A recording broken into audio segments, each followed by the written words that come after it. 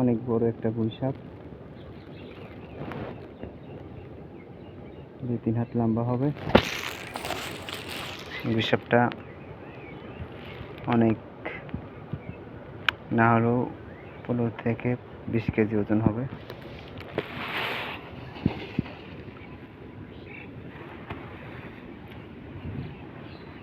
কিভাবে দেখেন ফুসতেছে, ওই দেখেন গুইসাপটা।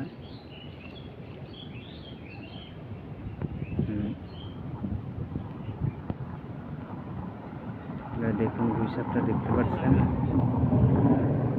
হ্যাঁ,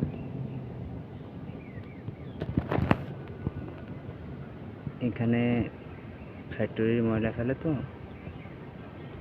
নালাটা ময়লা ফেলা বন্ধ করে দিয়েছে। গুইসাপটা এখানে খাবার সংগ্রহ করতে আসছে।